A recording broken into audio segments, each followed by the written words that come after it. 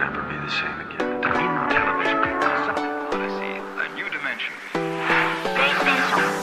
Real, only from Past. Graphic 16 from NEC. 4,000 games console. Astro K, a professor exceeded. And below, 326. Now get up to CDI starting at $299. Child Video Entertainment System.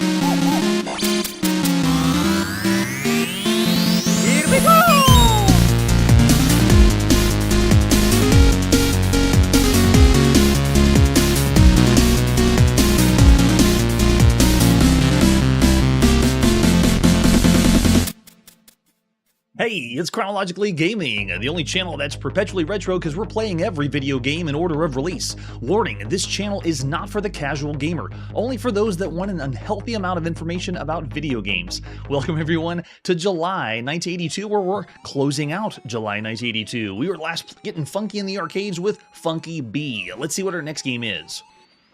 We're now going to the Atari home computer, and this is Valley of the Kings. So an Egypt-themed game. This one doesn't have a front of the box, but I did find the Dynacomp, the company that made it, brochure, and hidden deep inside that brochure is this, the Valley of the Kings, Atari disc only. It's an exciting, challenging graphics adventure for the Atari. The adventurers must use their skills to locate objects and passages. There are keys, matches, lock gates, swords, coins, rings, magic daggers, dark passages, guarded temples, fierce princes, gruesome trolls, mountain bandits, and strange guard beasts. And these are just the ones you meet in your first journey. Valley of the Kings is a triple journey adventure. Your first journey places you in the mountainous region of southern Egypt. Hidden in the mountains are treasures and danger. If you survive, you will gain the riches and skills needed for your second journey. In the second journey, you find yourself deep in the tunnels beneath the city of Armant. Many that enter the tunnels, few discover the secret maze and the only passage out. That passage leads to the third and final journey, perhaps your very last. The final one sends you against the powers of the kings. You must outmaneuver each one to gain access to the valley and your reward. Valley of the Kings fills an entire disc.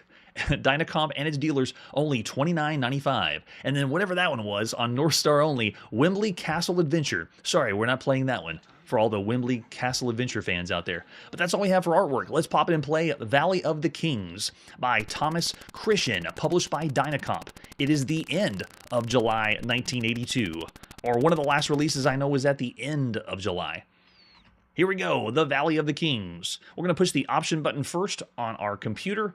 You have to journey to the far edge of Egypt. There you will encounter the challenge. You must find your way through many hidden perils. Oh, the perils! And exit from Sahad. There are guards, beasts, bandits, trolls, fierce princes who will attempt to stop you. Princes? Why are the princes trying to stop us? Upon reaching your goal, I will speak to you again. Good luck. All right, let's go. We're pushing start on the computer, and we're in. This is Valley of the Kings. I can first use my Atari VCS joystick and look, move 8 different directions, and I look like a person. That's already, right off the bat, pretty cool. If I push the red button on my joystick, I get the option to what I want the fire button to do. I can have it see characters, my inventory, the score, or light a match. So I'm going to select see characters, which means every time I push the button, it's going to tell me what the key is. Like, okay, that's a signpost. Got it. Okay, and that's a ring. All right. Sword. All right. Looks almost like the sword from Adventure on the Atari VCS. Got the key, guard. Okay, perfect. Wait a second. The ring and the coin look exactly the same. They're exactly 1 pixel. And then we also have inventory. If I hit I, we have nothing under inventory right now. And then we also have the...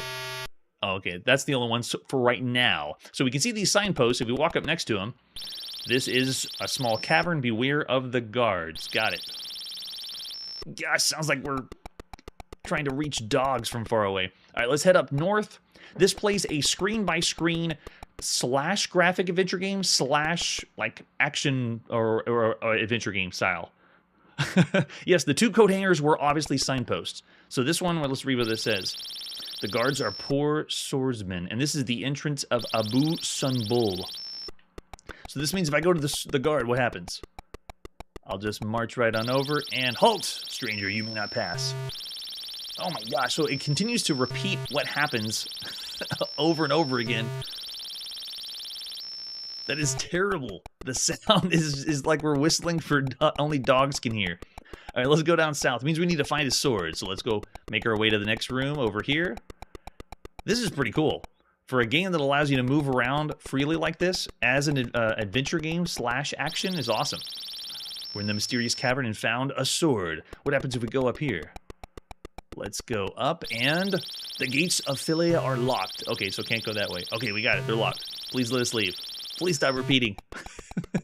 It has maybe glitches, but it repeats the same thing several times because it's meant for you to move across without hitting the button. I don't do anything. I just, like the signpost, if I move down right now, the signpost will tell me what it says. Yeah, every step, I'm clogging my way through the game. All right, let's get the dude in the purple hoodie. I mean the guard. Ah! Okay, so the game knew I had the sword and the guard's dead. It worked. Let's go to the next room. We're solving puzzles already. We're in the Forbidden Temple of Sunbul. We get the key. I think I'm gonna lose my hearing though. The ringing in my ears will not leave me probably the whole episode. All right, let's see what this is. The gold ring, very nice. And yeah, repeats. We got it. So it looks like we're gonna hear the message several times when you walk into it. So I'll try to not walk into or bump into anything if I can. So this means if I push inventory, yeah, we got the key, we got the sword, we got the ring. Let's go. So just so you know, the only other game I can consider close to this experience would be Venture. But this one's doing it on an even larger role-playing level with inventory. Not just going to find treasure, this one actually has different things. So we got the key, let's go. The gates of Philia are unlocked. Yes, we did it. Yes, they're unlocked. Let us go, please. Okay, we made it to the next area. Now we're at the crossroads, which means check out the sign. Beyond darkness, there is magic. I don't know what that means. Maybe we should be taking notes. Over here we have a light. The light is in the beginning. All right, got it. Let's go over to the left. We have the Maze of Dora. And, oh, we just crashed into the walls. I'm guessing it's an invisible wall somewhere, or we have to find our way to the top. That's what I think it is. All right, so we'll abandon this room, go back. But you gotta admit, this is really cool. To play a game like this, where you have inventory, a role-playing / adventure game like this is awesome. That's true. This is a diet version of Alibaba and the 40 Thieves. I couldn't have said it better myself, Errol. It doesn't have the same complexity of the user interface. Well, the complexity of the interface of Alibaba was really good. It allowed you to use the one red button and then select everything you needed. But this one is simplifying it even more. Okay, let's head... Is this walls? What is this? No, it's not. A room of beginnings. What did I find? Some matches. Nice, so we can light up dark places. But you gotta admit, the feeling of adventure is strong with this one. The amphitheater. All right, let's see if we can go down to the next area. And having an inventory is a really nice touch. Yeah, it works. We made it through the maze. It wasn't super complicated, but we are only on the first journey. They say or claim there's 3 journeys in this one. We found the gold coin. So we found both of the options from our character list. Okay, what are we missing now?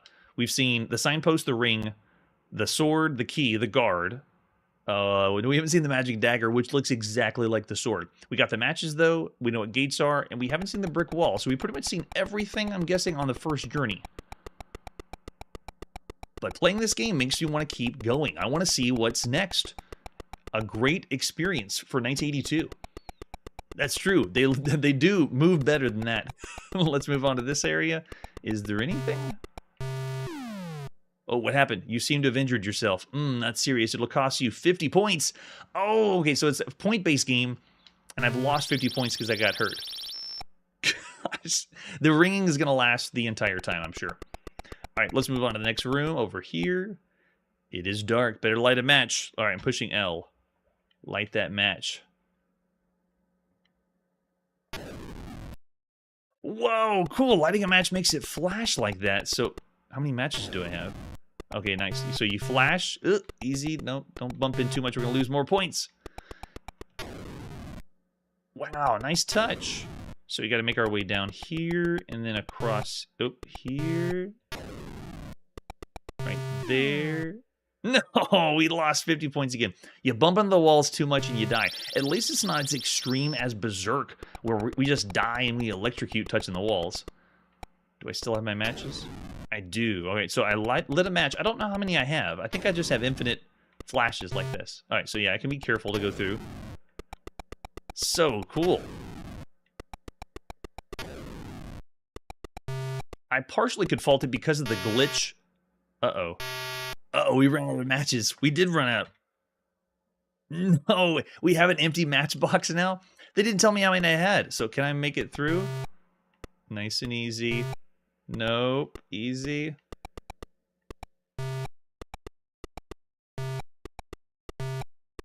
Carefully. We did it!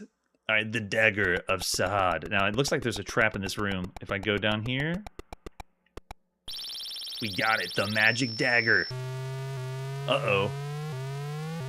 They didn't like that, though. Check out the graphics and the special effects. Whoa, all right, so we're still alive. Somehow we're alive. We made it through. And the key doesn't fit that one, and it's going to repeat the message over and over again. So you can tell it's a little rough around the edges, but very, very ambitious. While it's not as... are we going to make it through? Oh, great. I don't think we can make it through. You got to admit, though, it's a game you would want to play longer and see... if you know that there's several journeys you can go through, this is a really fun one. I'd still say, of all the games you'd play on a home computer, Valley of the Kings, I know that was a quick taste, but I want to keep playing. Of all the games you can play on a home computer, this is pretty good. Definitely above average, at least 3.5 stars.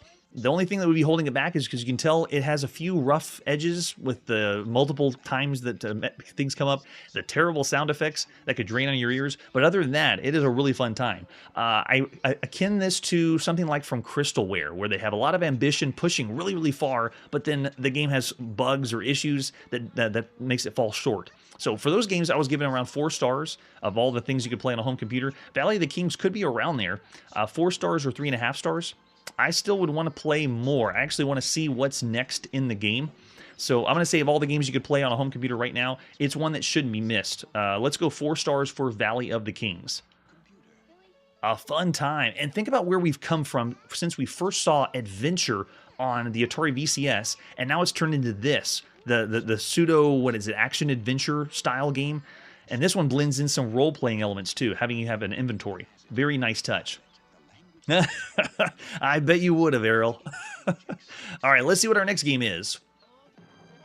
We've now entered the world of all the games released at some time in July of 1982. And this is our first one, 3D Ghost Mania on the TRS-80 color computer.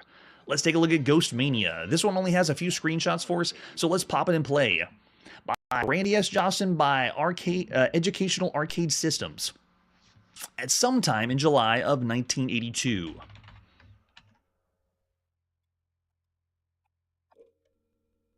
All right, so this one is hitting on the other crazes we've seen in 1982 of the 3D maze. They are all the rage right now. But this one has a twist to it. So this is by Randy S. Johnson. Way to go, Randy. So far as the 3D maze craze has happened, we've seen Escape on the Commodore VIC-20. We've seen 3D Maze on the BBC Micro and the NASCOM. We've seen Amazing, which is a 3D maze that was for the Coco. I mean, we've seen another one called Labyrinth that had the 3D maze but had a shooting mechanic, but don't get too excited. It wasn't like a first-person shooter mechanic. It was very rudimentary. It was, but it still was playing on the 3D maze kind of game. And then we had a game by Tim Gilbert's called 3D Maze of Gold, which was a 3D maze that has you picking up things like dots in Pac-Man. And this would be the next iteration. This is straight up, let's play Pac-Man in a first-person perspective in a 3D maze. All right. Oh, that's right. All right, so we're going to go all the way in and do a ghost mode. And I want to do a beginner mode, so I'm going B for beginner. And then I want to go kind of fast. Let's go 6 for right now.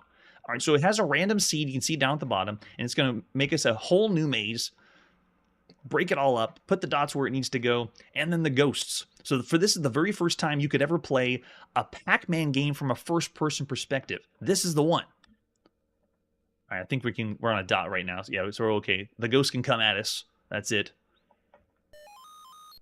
Nice touch. Now, the other thing to think about is this is not playing like usual Pac-Man. The way you play Pac-Man is you run around, gather all the dots, and then you find the power pellet, then you turn the tables and you can hit the ghosts.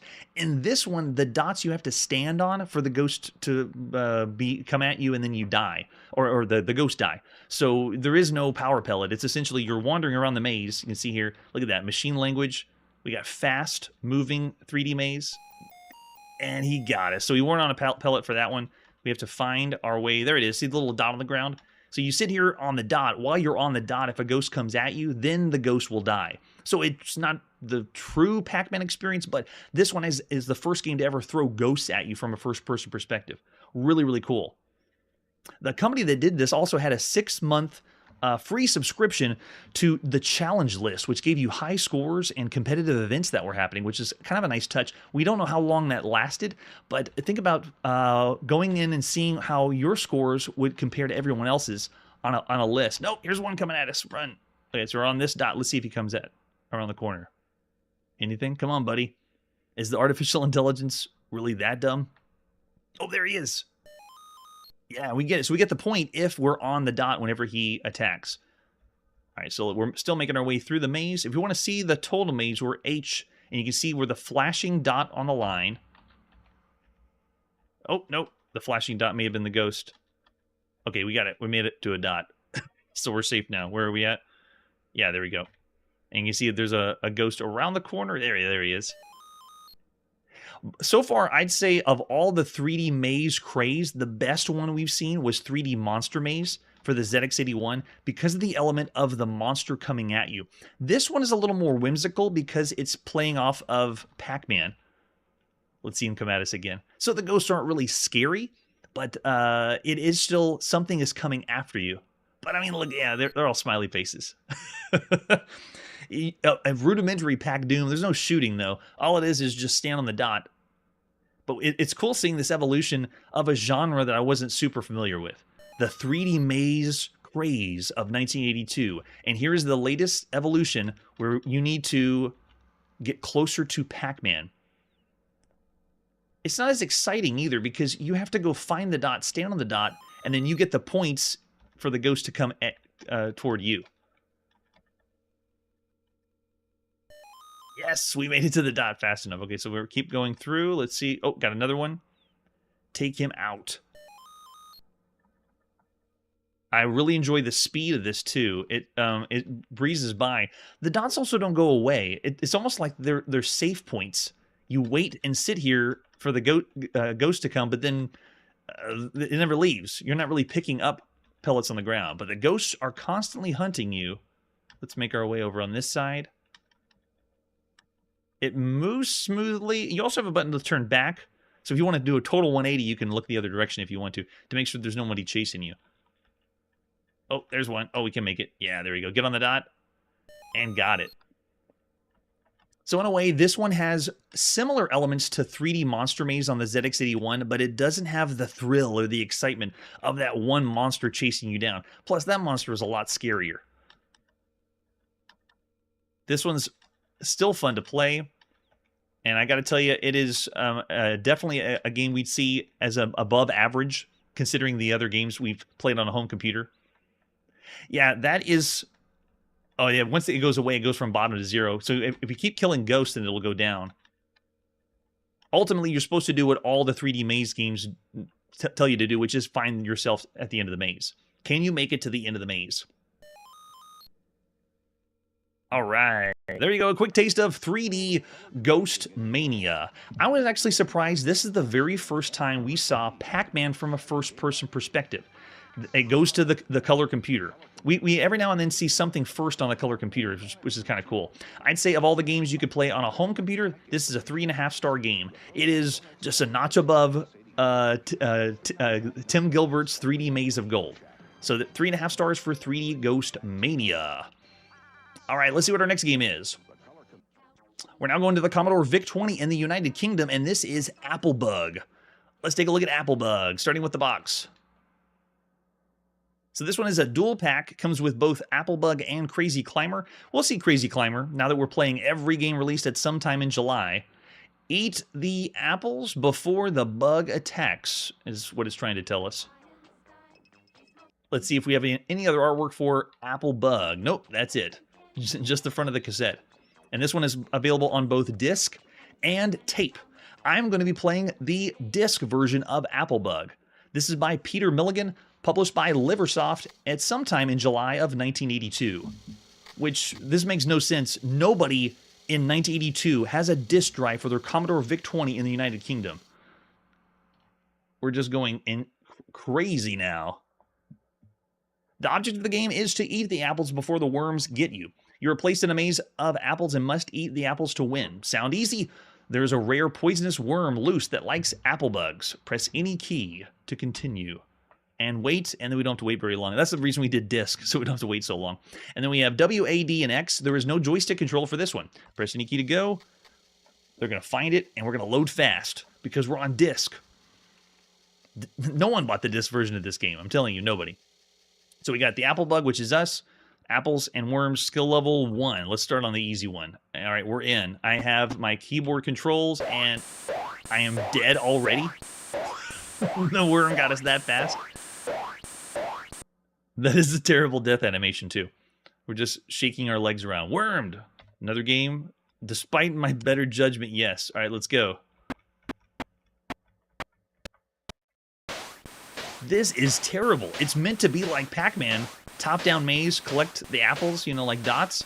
But it's terrible. Another game? No. But I'll say yes anyway.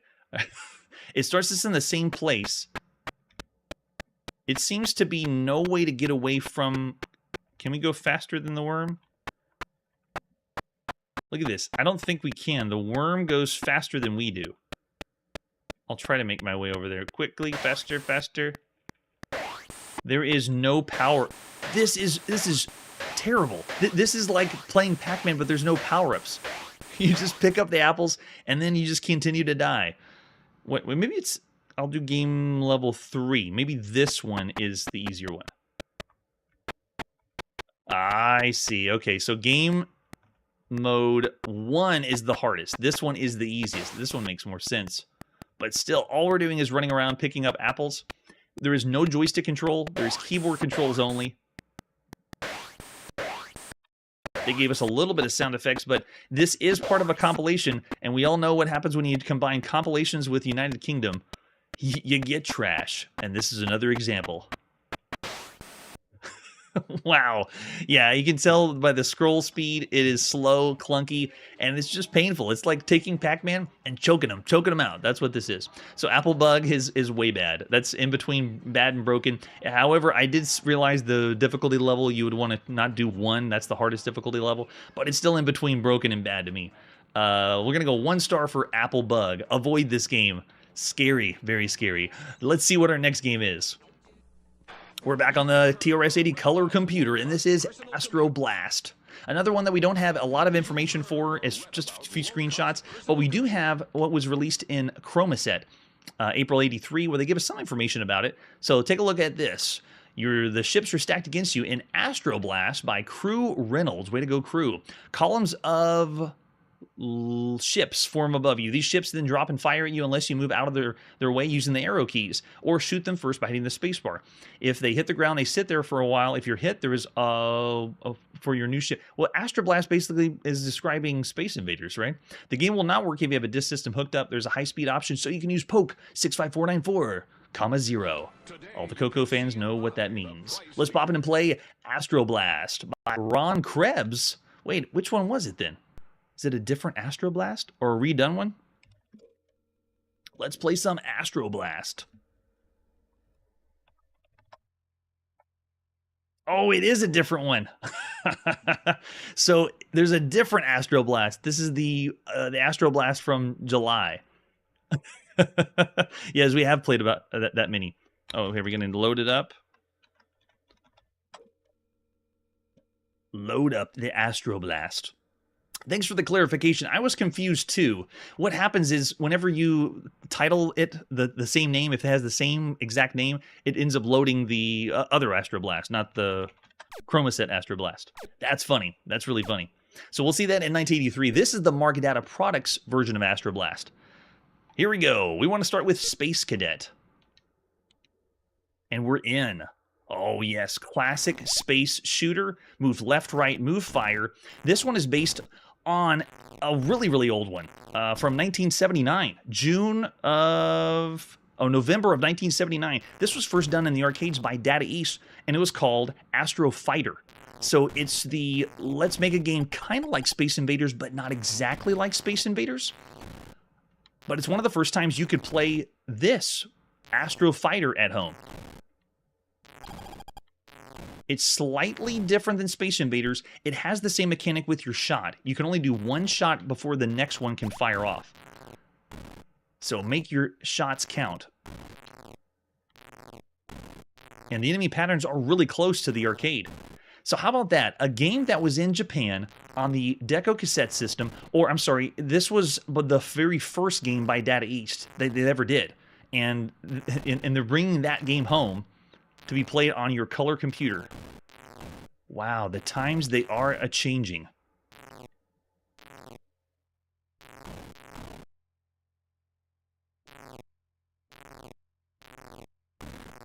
And then we have the TIE Fighter guys, just like in the arcade. One thing that I see that's missing, though, is the arcade version had a meter at the top telling you what level you're on, like to get through each wave. You can see we're going through waves and waves of enemies as they come down. So this is a true variation of Space Invaders. I like the Starfield scrolling in the background. Nice touch. Oh, so cool. No, you can't curve your shot. Hey, welcome VR Gamer for life. We're definitely not in virtual reality now. It is all the games released at some time in July of 1982, and we're currently playing Astro Blast, a variation of Astro Fighter on the TRS-80 Coco.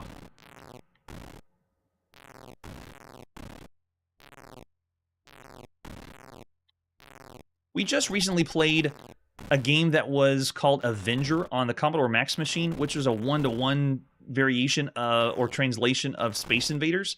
And I gave that one 2.5 stars. I'd give this one 3 stars. It's still an average title, considering all the other games you could play for a home computer. It's just so bizarre that they decided to copy a game from Japan, and it was the first game that Data East ever did. Yeah, you can tell this is a very well done port. And I'm pretty sure if you were playing this at the time, you wouldn't know it was Astro Fighter.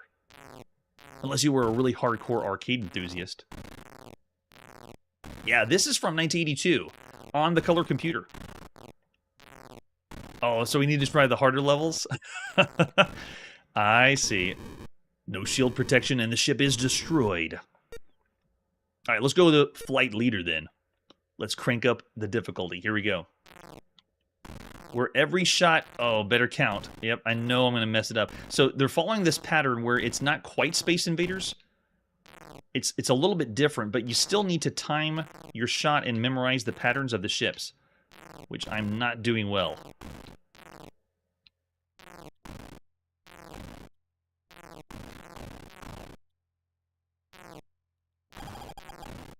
Uh-oh, if they reach the bottom, what happens? Can I just kamikaze into them? There we go. And you move on to the next one. Very cool. All right, throw those ratings out now. Would you say this is a 3-star game? Pretty average for what we see in 1982? I say yes. Considering everything else that's available for home computers, this is a game that is a very well-done port, but we played other and seen better shooters for the home computer. So there you go. That is Astro Blast. I'm thinking pretty average. I see arrows thrown out 3.5 stars, above average. It is well done.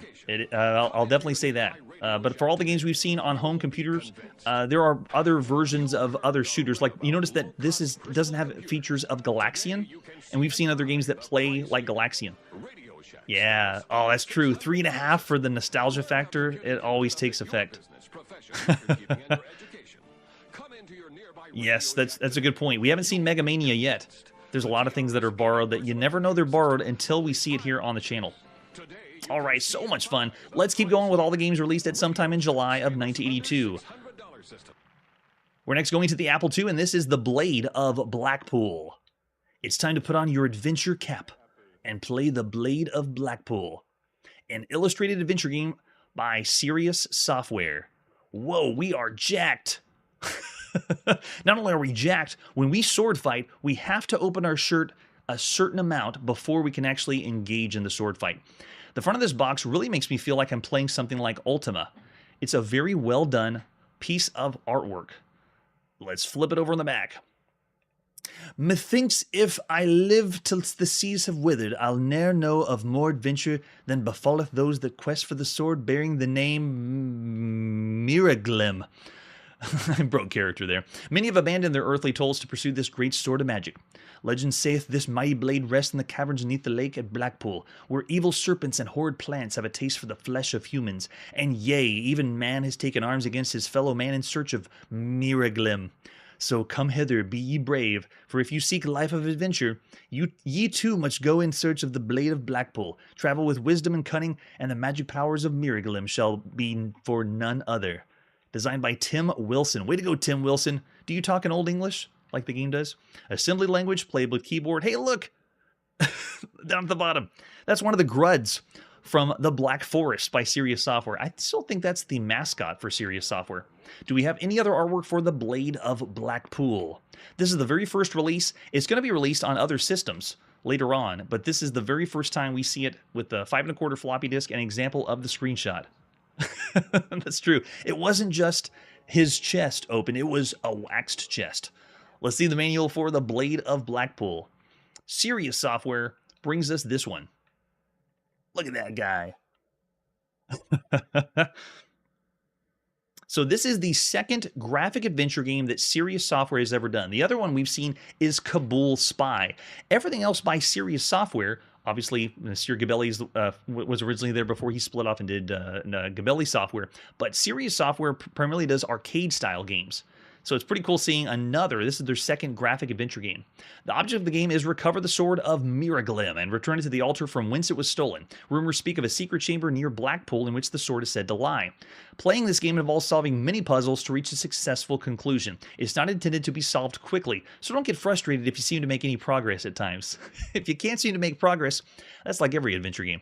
Attention to Apple owners, you have to make a copy. Yes, make sure you copy that master disk because it's going to be written over again. And then Atari owners, which we will see later. I think the Atari version is 83. Notes on saving and resuming. And communication. How do you play these adventure games? The play game is accompanied by entering commands. This is using the 2-word text parser. Turn the lamp on will not work. You have to turn on the lamp. Wait, what? Oh, it does do more than 2-word text parser. You can say move the rock with the lever. Pretty cool. You can also how to speak with Blackpool characters. So it is a primarily graphic adventure game with some role-playing-esque feelings to it. So it's really not using role-playing elements. You do talk to people around the game. Yeah, that's true. Is that a guy on the front? Pretty sure it is. He looked guy-ish. All right, so we got save, resume, score, brief, long, looking, inventory. They give us all the special commands, which is very, very helpful in text adventure games or graphic adventure games. And then some important information about what owners of the different systems. So this is, you can see the later one we're going to see in 1983 will be on the Atari 800 and 1200. We're on the first one, which is the Apple II, and it's later going to be on the IBM PC, I think in 84, which is later on. Oh man, things to come. So this one, you're going to be flipping the disc on either side. Let's pop in and play The Blade of Blackpool at some time in July of 1982. And this one, I came prepared. We have the walkthrough. Whoa, Tim Wilson, nice job. They're not using the usual fade in of the Apple II. That's pretty cool. Impressive. Most impressive. Maybe someone did pose for the front of this box. And if they did, you know they waxed their chest. Get it ready. All right, we got to flip the disc over. Digitally. Flip to side B. And go.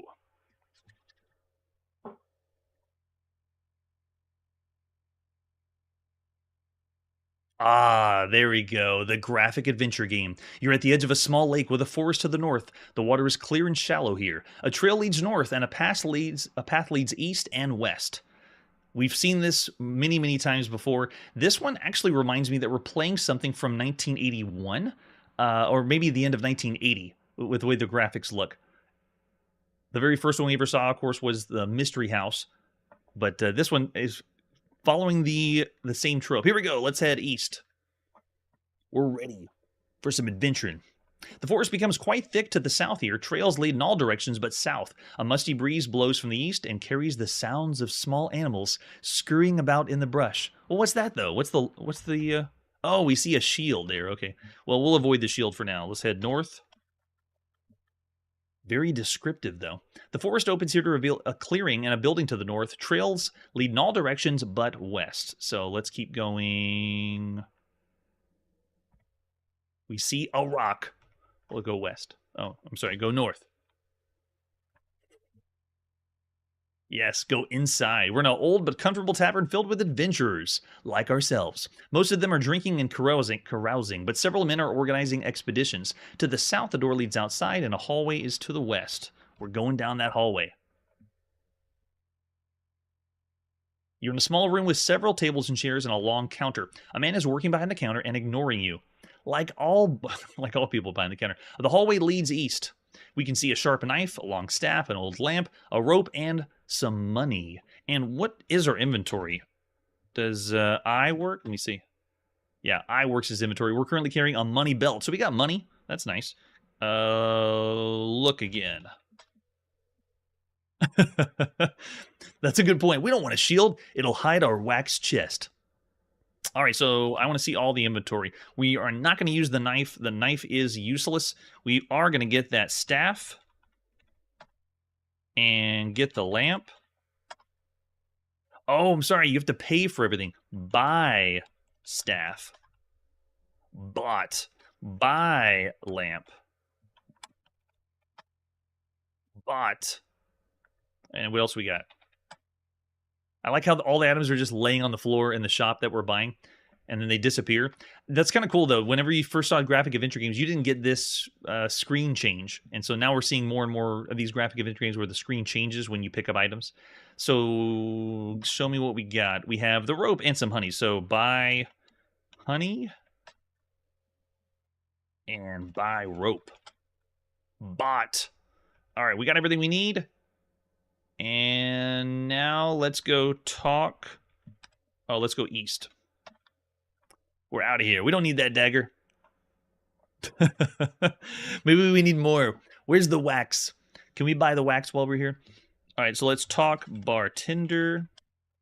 The bartender nods at you and says, "You must be the one who's after the sword. Aye, she'll be powerful, but nobody has succeeded yet. They call it Miraglim. Thought I know not the name was come by. Good luck to you." Thanks, buddy. I guess that means that's sending us on our quest. He's going to tell us what Miraglim is. All right, so now if we talk to the bartender, we go south. We're leaving this place.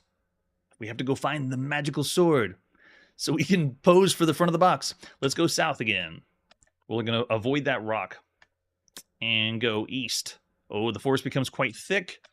We're going to avoid the shield. We don't need it. Quicksand. Uh-oh. Yellow-tinged mud lies in a large, elongated depression stretching to the east. The smell here is of musty earth and dying vegetation. The forest lies north and west. Great. So we're in quicksand. Okay. All right, so let's go swim, because we're in the quicksand, east. Good thing we knew we could use the swim command. A quicksand pit. A large depression filled with sticky yellow mud extends to the west, and to the north, a trail ends the forest. You bet it increases our charisma. That's why we could talk to the bartender, and he told us everything. Everything we need to know. All right, so now let's swim north. That path right there. Go! Uh-oh, it doesn't look good. The ground here is musty and spongy underfoot. To the north, a trail enters the trees and turns abruptly. Another trail heads south. We see a white potion. Okay, let's get potion. Taken. Looks like there is enemies in the quicksand. Very scary. All right, now let's go north. Can we go, or are we still in quicksand? Okay, we can. We're now in a small swampy pit surrounded on all sides by trees. A dim trail leads south to the trees and turns abruptly. The ground feels very soft underneath. Your feet here. Your feet here? Oh, underneath your feet here. Whenever the line goes to the next side, yeah, it throws me off. Okay, so after that, now anything is... Okay, let's go look.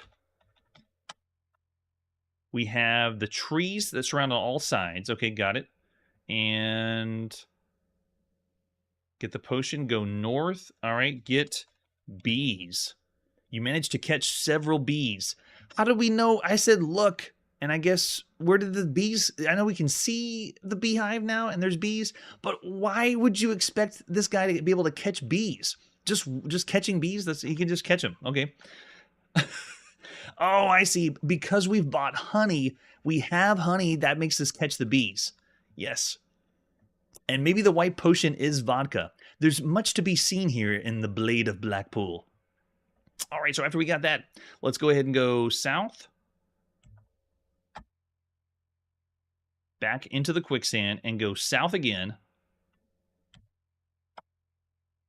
It's musty and spongy underfoot. And now we're in the quicksand pit. All right, so now we move, swim west. I guess quicksand isn't a big deal. You just go in the quicksand and then leave the quicksand. No problem. All right, let's swim west again. The forest becomes quite thick to the south of here. All right, so we've been here before. Here's our shield. And now let's go west. Through the thick forest. We're at the edge of the small lake with a forest to the north. Let's go west again. Uh-oh, you're in the shore of a small lake which lies next to the forest. A trail to the north leads to the forest, but it's blocked by a huge and fierce-looking carnivorous plant. It looks like one of the piranha plants from Super Mario, which doesn't exist. I don't know what I'm talking about. All right, so let's go give the bees. The plant eats the bees immediately and smiles contentedly. He says you may pass. The plant can talk? Okay. So there you go. That gives you some taste of what the puzzles are like in the Blade of Blackpool. It's just a quick taste. When we continue the next version, which is the Apple or the Atari version, and then the version after that, which is on IBM PC, we'll just keep going where we left off, playing the Blade of Blackpool. But for all the games you could play right now on the home computer, that was a fun time. That was still a good graphic adventure game, well written. The puzzles were obscure as usual, but I still say of all the games you could play on a home computer, that's a very well done one. I'm going to say 3.5 stars for the Blade of Blackpool. Who's with me? Who had their adventure cap on and felt the magic of the Blade of Blackpool? Or is it just another game? Or maybe I'm just distracted by the wax chest and got to give him a higher rating. 3-ish. Yes, that's what I'll say my 3.5 is. 3-ish. All right. After the Blade of Blackpool, let's see our next game. The next game is The Caves of Olympus, also for the Apple II. Let's take a look at the box for The Caves of Olympus. Giving us a silhouette of a robot. This is a text high-resolution color graphics adventure game by Sam's. Not the Sam's Club you're thinking of. And let's flip it over in the back. Nice, give us some screenshots. Another graphic adventure game. So this time we'll put on our adventurer's cap again, or in this case it's sci-fi. It'll be our adventurer's helmet. High-quality graphics screens help you decide on strategies to maneuver effectively through the Caves of Olympus. Text high-resolution color graphics adventure game. Caves of Olympus also contains sight sound effects to enhance your enjoyment. So it has sound effects too. On the devastated planet Olympus, beneath the ruined palace of the Emperor, lies the Caves of Olympus, the last fortress to withstand the onslaught of the evil Lauren hordes. You are Ansan Argris, an advanced Vario 500 robot. Stranded and alone, you must make your way through the caves to safety and freedom. Cunning is your ally, reasoning is your weapon as you battle against the destruction waiting at every turn. False chambers, one-way doors, and death traps. So someone played Berserk and said, what if we played Berserk but we took away all the fun and the action and made it an adventure game? Negotiate the cave successfully and you'll escape to join the rebel forces gathering to counter the Laren invaders. For players of all ages, except the people that can't understand adventure games. Caves of Olympus is not only challenging, it's fun. Now, if you're thinking this is one of the first times we've seen Sam's, we've actually seen other ones. There was Dungeon of Danger. That was in 1980 by them. That was the first one they ever did. And this was going to be re-released in 1984. So I'm only playing this version, not the 1984 one. It's the pretty much same one you could play, but this is only available on the Apple II. It was never anywhere else. Caves of Olympus, this is all you got. It's an Apple II exclusive. Let's see the other artwork we have for Caves of Olympus. There we go, for the Apple IIc, which is the other variation you would have seen for Caves of Olympus. And then flip it over the back. It looks like pretty much the same. You're going to need 48K for this to play. And there's our 5 1/4 floppy disk by Thomas and Patrick Noon. Oh, yeah. And we also have the manual for the Caves of Olympus. Let's flip it open and check it out.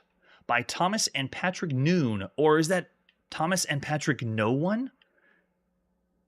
Yeah, that's the full company that made it. Howard W. Sams and Company Incorporated. This is their very first time to do a graphic adventure game, which explains or tells you that at this time, the graphic adventure games are really catching on. If we have other companies that didn't do those kinds of games and they just fell for this because they've been selling so well. All right, Caves of Olympus is written on Apple II compatible computers and only Apple II computers. This is how you run Caves of Olympus. If your steps fail, turn your computer off, check all electrical connections, including PC board contacts, and repeat the procedure. If such problems exist, contact your dealer who can help you with most problems you encounter. But not here on Chronologically Gaming. Everything loads all the time.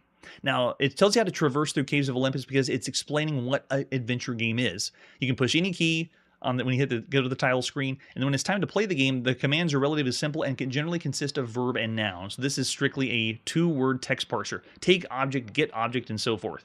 Only exception preceding the rule are the commands dealing with moving, taking inventory, saving, quitting, blast robot. Make sure you don't do blast battle robot because it won't understand that. The Caves of Olympus program is a text high-resolution graphics adventure. To switch between graphics and text, use the return key like we've seen on releases by Scott Adams and Online Systems, or Sierra Online. I need to start saying Sierra Online every time. That's right. If you need help, turn it off and back on again. Thanks so much for the help.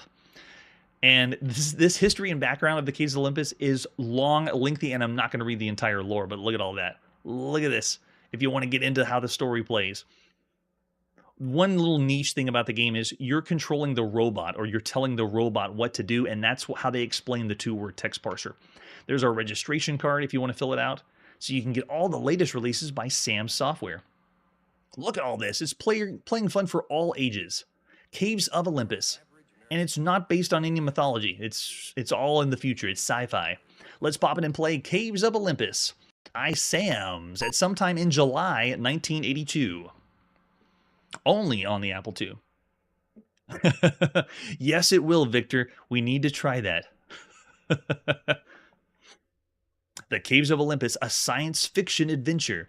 Maybe that's why it wasn't very popular, because it looks like a Greek mythology game, but it's sci-fi adventure through and through. Do we want instructions? Yes, we do. All right, the main topic is the lore in 35th century emphasis resistance movement related to the Vario 500. Since the year 3431 AD, the Vario 500 robot, Anson Argyris, sole model of its kind, belongs to the most important allies of the former Solar Empire and present Cosmic Hansa. Although originally conceptualized as a sophisticated robot, this biological unit gave him human emotions and conscience. His purpose was to ensure the Solar Empire's supply of trading goods as emperors of the free trade planet Olympus, discovered by lovely Bosk. Is anyone falling asleep yet? Because this continues on, I think, for 5 more pages. You are an egg-shaped robot, 50 centimeters in height, living in cocoon mask, turning him into a perfect imitation of a human being, and that's who we're going to be controlling in the game. And it goes on. And it goes on. There's a lot of lore in this one. If you did spend your hard-earned cash, though, to play the Caves of Olympus 1982, you'd be reading everything. You are the robot. All the input and output is completely compatible with your bio unit. You are the combat unit Vario 500 with all virtues and faults. Make use of your attributes, as the final evaluation will be based on your use of these. In other words, they're going to score us as we play the game. Just about every object in your vicinity will be identified. You will feel like moving. It's sufficient to enter the first letter of the direction, like north, south, east, and west.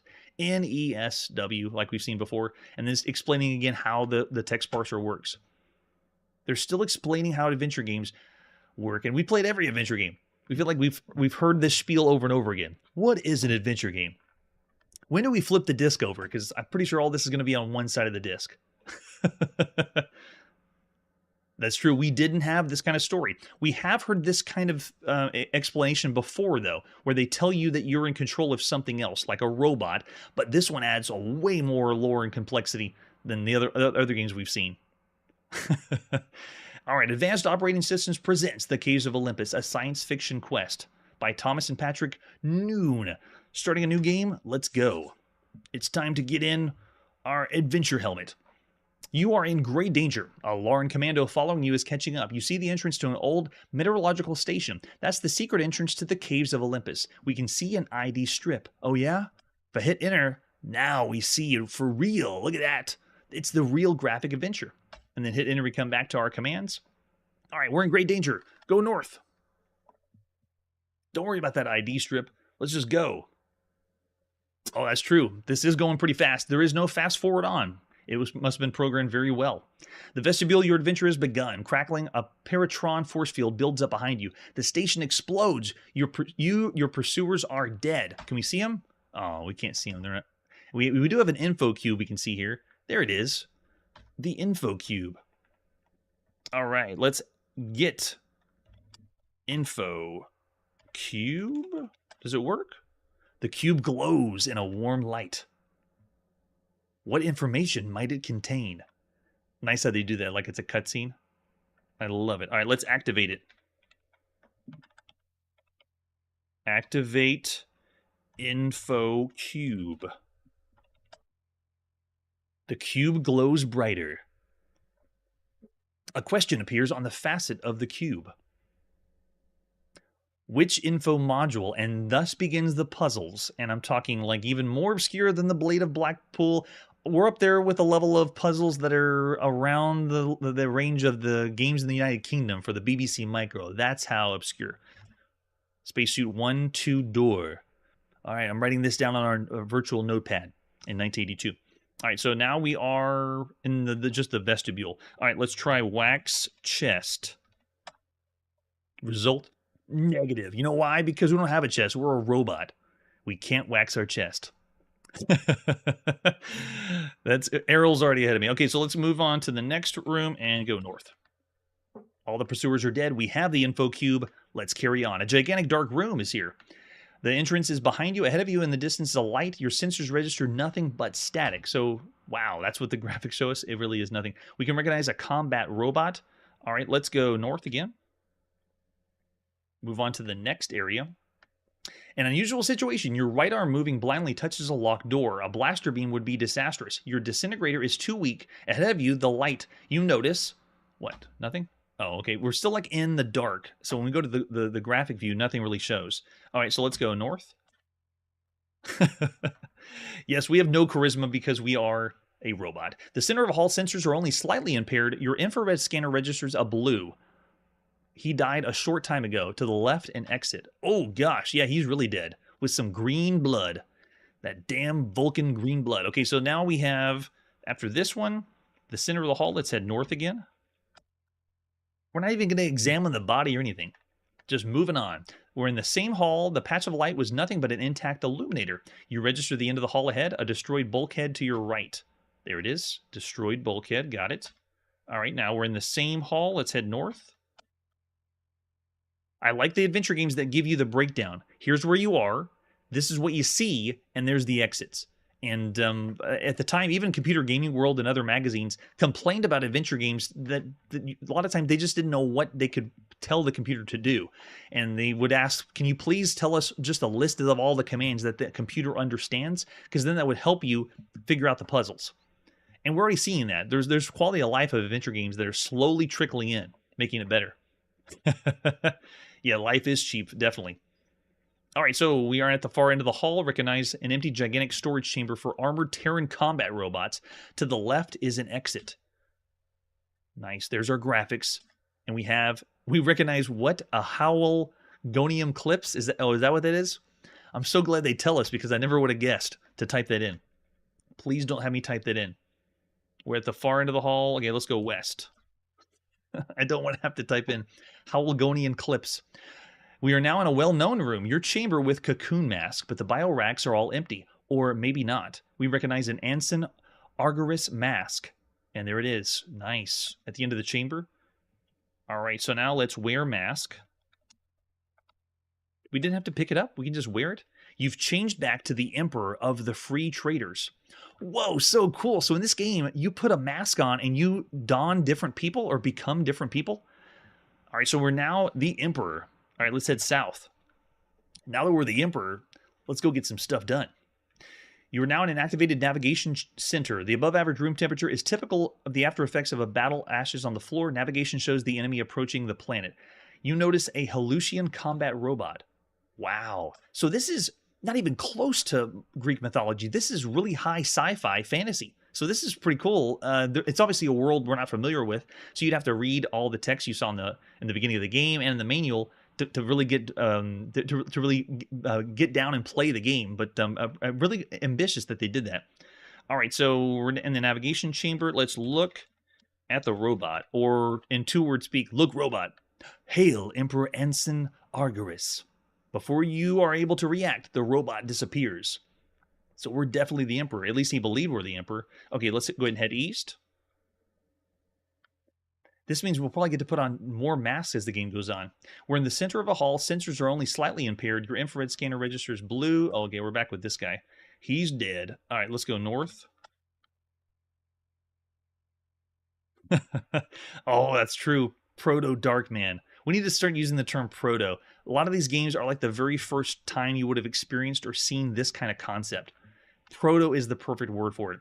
You're in the same hall. A patch of light was nothing but an intact illuminator. Okay, so we're back here we were. All right, let's go ahead and head north. Now that we got the mask, we're going to head back where we were before. And now we can get the clips. Where are the clips? The clips are yours once again.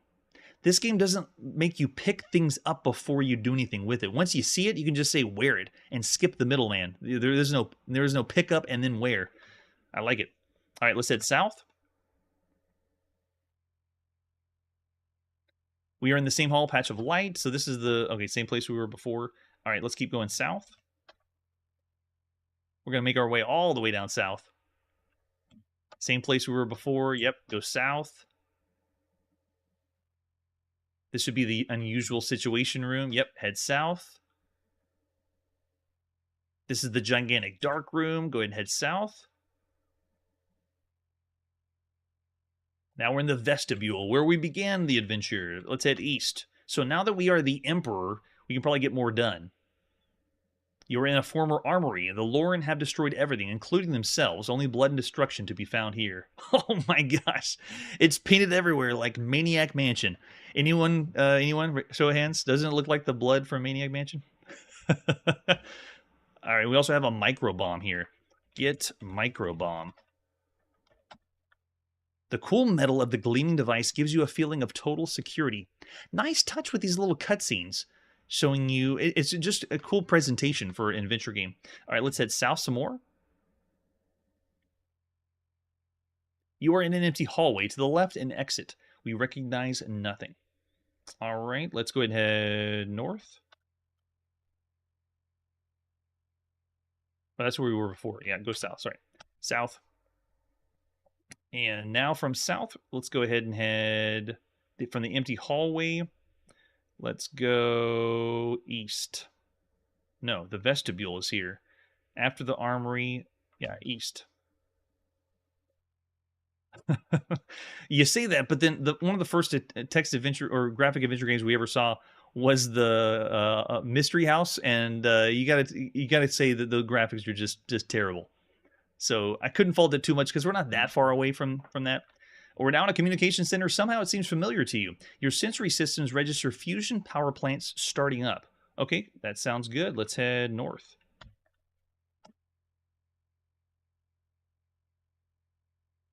You're in a large niche burnt out of the rock. Footprints end at the wall. Your suspicion is aroused. Where did the person go? And then, oh, nice. So in a way, you could play this with just text and enjoy it because it's telling you where you are, what you see, and then where the exits are. And we played other adventure games that are like that. I still say at this point, it's more of your taste. Or what kind of world do you want to be involved in for the adventure game? And then the other part is what quality of life does the adventure game give you to play? So I'd still say for Caves of Olympus, it's a 3.5-star game. I wouldn't bump it any higher than that. The coolest, most impressive presentation one we've seen was the Sands of Egypt, which was just a few episodes ago. So Sands of Egypt still is pushing the mark of what it could be. I gave that one 4 stars, but I still wouldn't say it's one of the best computer games of all the computer games you could play. Yeah, there we go. Bye-bye, Olympus. All right, so this would be the place where we put our video game playing on pause this evening. This has been an amazing journey. We're now going to keep going, playing everything released at some time in July of 1982. Next episode will be the latest issue of Computer Gaming World. That's it for today, and like I always say, video game addiction is a serious issue. The first step to victory is admitting you have the coolest addiction.